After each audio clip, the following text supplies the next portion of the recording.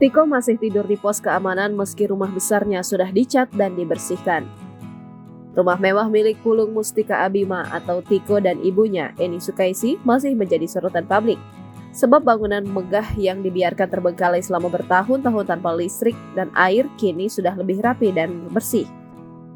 Bahkan tampilan bangunan tengah diperbarui dengan dicat ulang, beberapa perabot pun mulai dimasukkan ke dalam rumah.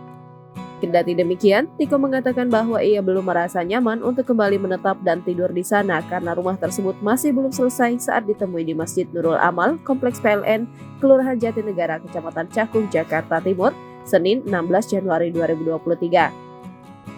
Sebelumnya, Tiko tidur di pos keamanan ketika rumah mewah itu masih dalam keadaan terbengkalai, meski sesekali tidur di rumah menemani ibunya. Ia pun masih menggunakan pos keamanan sebagai tempat tinggalnya untuk sementara waktu saat huniannya tengah dibersihkan. Namun saat ini Tiko memilih untuk tetap beristirahat di pos keamanan karenanya rumahnya masih ramai. Adapun keramaian disebabkan oleh banyaknya orang-orang yang masih membantu dan merapikan rumah Eni dan Tiko. Tiko mengatakan bahwa saat ini huniannya sudah mulai diremajakan kembali.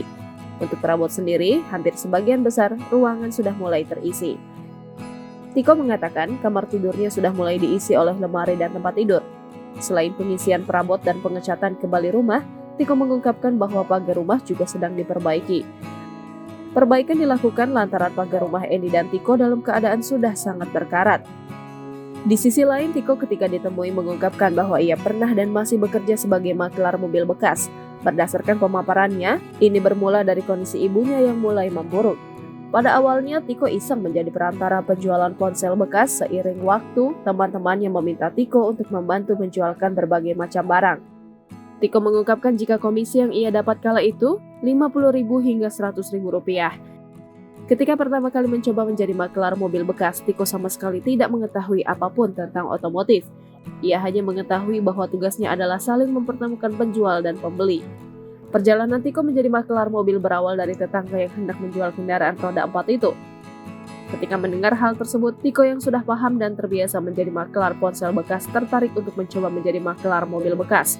Akhirnya, usai mobil bekas milik tetangganya dipromosikan di Facebook, ada yang berminat untuk membelinya. Karena Tiko belum terlalu paham perihal mobil, ia hanya bertugas mempertemukan penjual dan pembeli.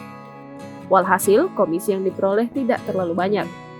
Saat ini ia masih bergelut dalam bidang itu, namun ia mengungkapkan memiliki rencana untuk membuka usaha. Adapun usaha yang dilakukan melalui uang yang telah ditabung sejak kehidupannya menjadi viral. Namun, Tiko belum kepikiran jenis usaha seperti apa yang akan dijalankan.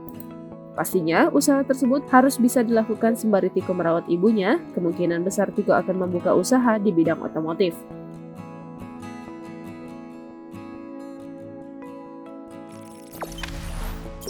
Jangan lupa subscribe, share, komen, dan like ya.